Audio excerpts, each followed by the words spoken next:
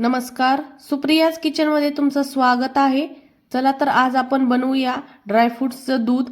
तर यामध्ये आपण सर्व ड्रायफ्रूट यूज केलेले आहेत आणि हे उन्हाळ्यात पिण्यासाठी खूप चांगलं आहे। तर इथे मी काजू घेतले आहेत, थोडेसे मखाने, खडी साखर, कस्टर्ड पावडर, पिस्ता, इलायची घेतली आहे, नंतर इथे बदाम घेतले आहेत, अक्रोड घेतले आहे, केसर आणि 4-5 काळी मिरी घेतलेली आहेत। तर आता हे सर्व आपण मिक्सरच्या जारमध्ये घालून घ्यायचं आहे आणि आपण याची चांगली एकदम बारीक अशी पावडर बनवून घेणार आहोत। तर आपण हे सर्व एकत्र बारीक करून घ्यायचं आहे। तर आता हे सर्व एका मिक्सरच्या जारमध्ये घालून घ्यायचं आणि चांगलं बारीक करून घेऊया। तर उन्हाळ्यामध्ये खडीसाखरेचा खूप फायदा होतो। तर आता आपण त्यामध्ये खडीसाखर घालून घेऊया आणि नंतर त्यामध्ये आपण अर्धी वाटी कस्टर्ड पावडर घालून घेणार आहोत। आणि आता थोडंसं यामध्ये आपण फ्लेवरसाठी केसर आणि कलर पण छान येतो दुधाला, त्यामुळे आपण थोडंसं केसर घालून घेऊया। नंतर आता हे चांगलं बारीक करून घेऊ। नंतर गॅसवर एक कढईमध्ये आपण थोडंसं पाणी घालून घेणार आहोत आणि नंतर त्यामध्ये मी दूध घालून घेतलेलं आहे।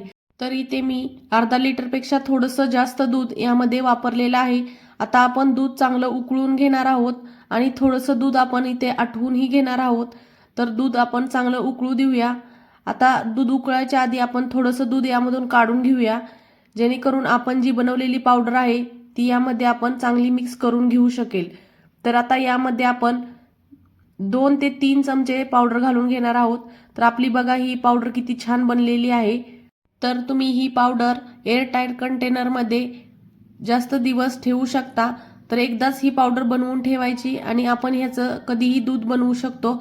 तर बघा आता ही पावडर आपण चांगली मिक्स करून घेतलेली आहे। इथे दूध चांगलं उकळलं गेलेलं आहे।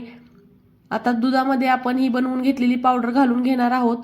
तर मी खालीच पावडर मिक्स केले आहे, जेणेकरून यामध्ये गाठी होणार नाहीत।